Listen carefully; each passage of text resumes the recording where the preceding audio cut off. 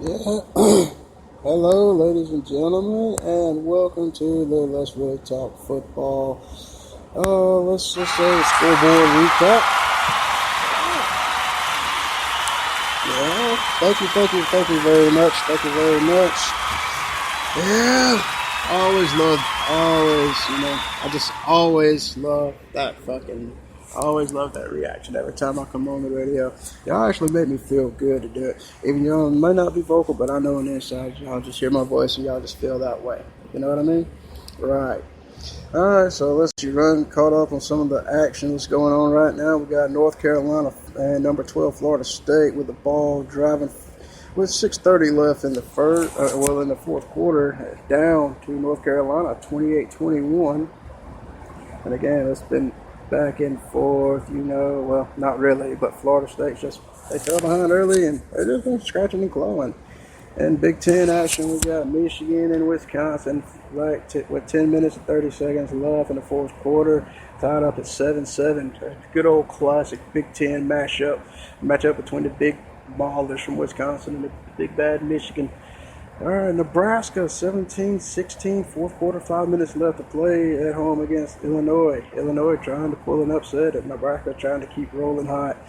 Georgia, Tennessee. Tennessee, of course, second half dramatic like they always did. Georgia got out to a big lead, just held Tennessee down, and Tennessee just slowly, steadily. They inched back and clawed back down 24-21, Georgia with the ball. Texas A&M to South Carolina, 14-10 at home. The Fighting Muschamps hanging in there with Texas A&M. And just to say, like I always remember, like I mentioned the last 3 years or so, when you take away an elite pass rusher like Auburn did without Carl Lawson, look at Texas A&M. They're completely a different football team.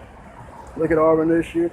Hey, we got pass rush. Look, our defense is doing a lot better than it's did in maybe 20 years or so. But anyways, just saying. Oklahoma and Baker Mayfield, they finally got back into this thing, and they took the lead over TCU. And like I said, after pretty much sleepwalking, Oklahoma was in danger of being 1-3 if they lose this game. So something needs to give, or hey, they might be talking about Bob Stoops making an exit.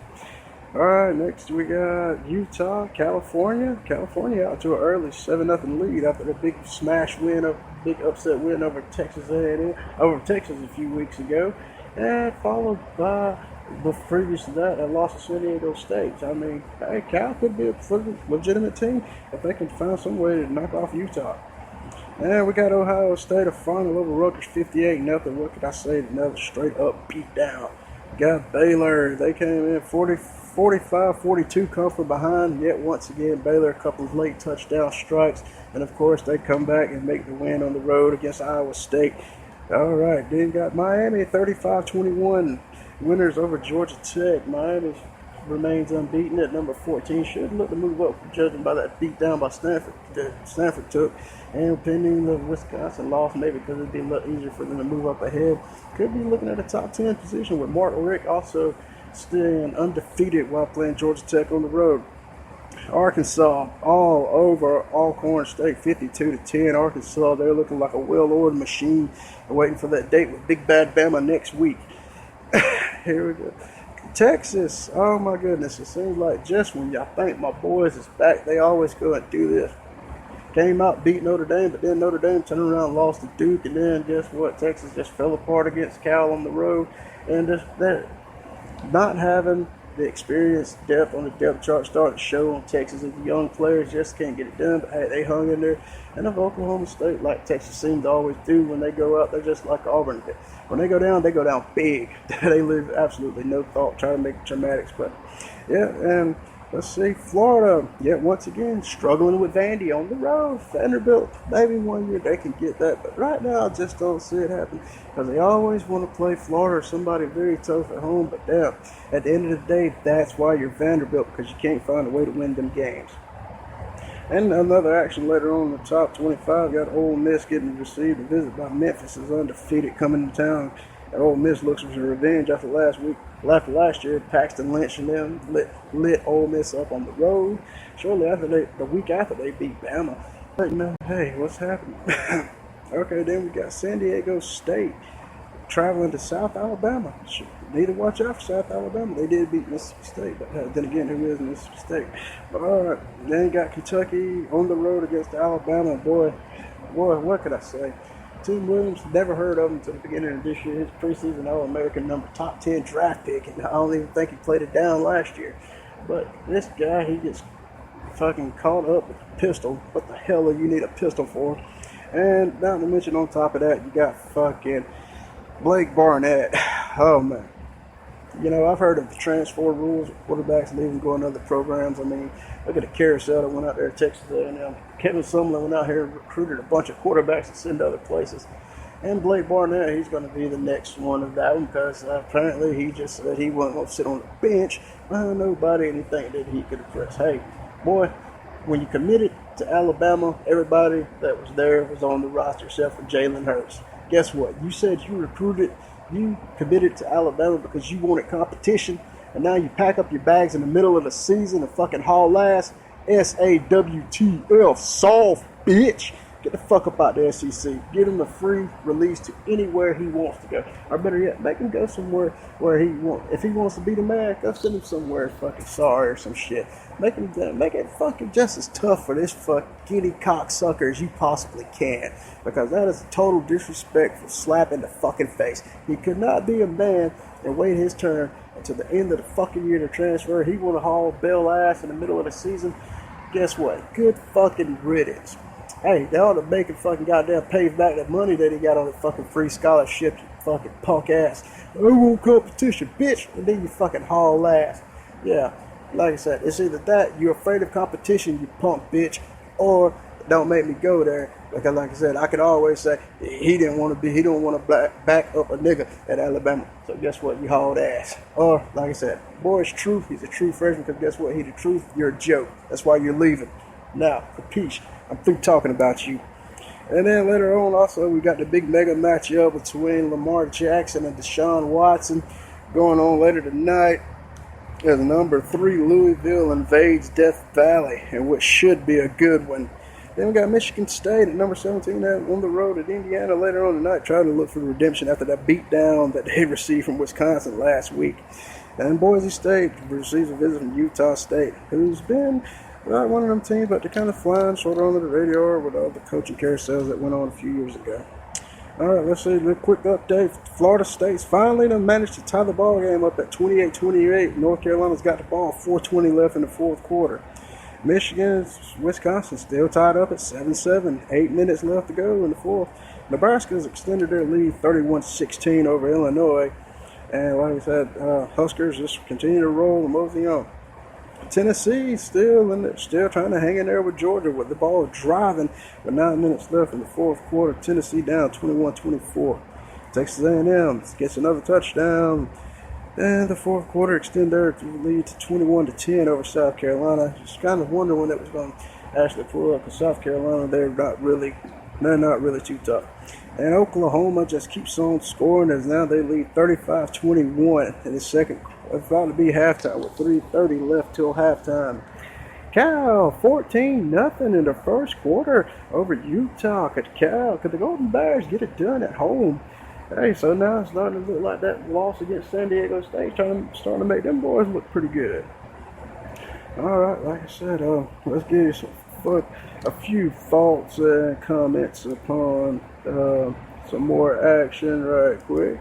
We'll start things off also in the ACC, where currently we got North Carolina State 26-16 over Wake Forest. And then you got Notre Dame hanging 50 on Syracuse, but yet they're Abatabumwaba. Yeah, another 7 receptions, another 185-yard day, but they lose. And Duke, after pulling the upset of North Carolina, they fall at home to Virginia, the Fighting Cavaliers. And Boston College defeated Buffalo 35-3. Okay, moving along. Let's keep it going. In Big 12 action around the league, we had Oklahoma State knocking off Texas 49-31. Texas, another big loss, man. It just seems like Charlie Strong can't get things right out there. But like I said earlier, come from behind. Next thing you know, they a quick strike, a couple of late touchdowns late, and they pull it off against Iowa State to survive on the road. West Virginia, take Kansas, Bill Snyder Company. They're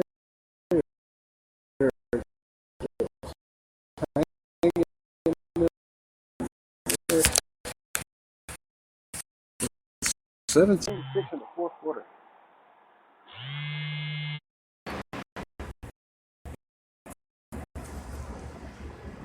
Yeah. And continuing on, Texas Tech gets a win over Kansas, 55-19. Pat Mahomes, I'm guessing, has had another big, huge day on the day passing. In Pac-12 action,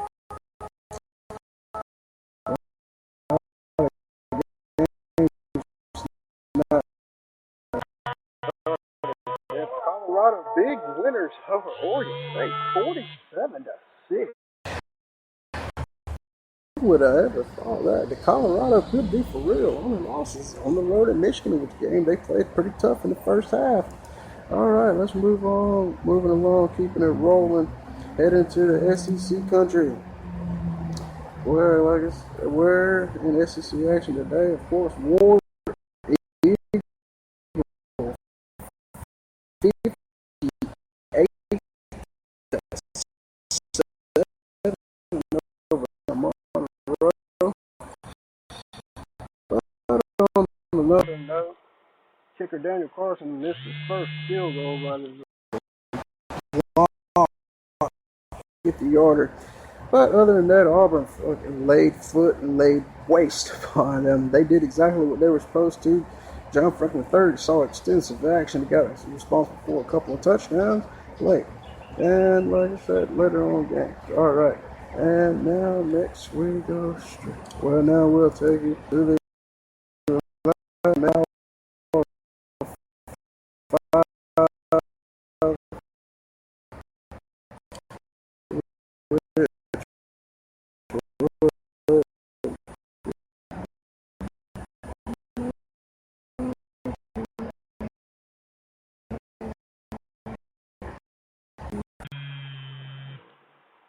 okay. And other Big Ten action. Minnesota, Penn State tied up at 20 in the fourth quarter, 13:30 left to go. Nebraska still up. Nebraska 140 left to go in the fourth quarter, lead 31-16.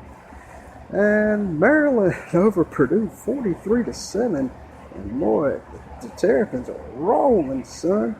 And Northwestern defeats old Iowa. And I was thinking that dang, maybe the pollsters maybe cheated Iowa because they lost to a team that ain't lost in like 5 years.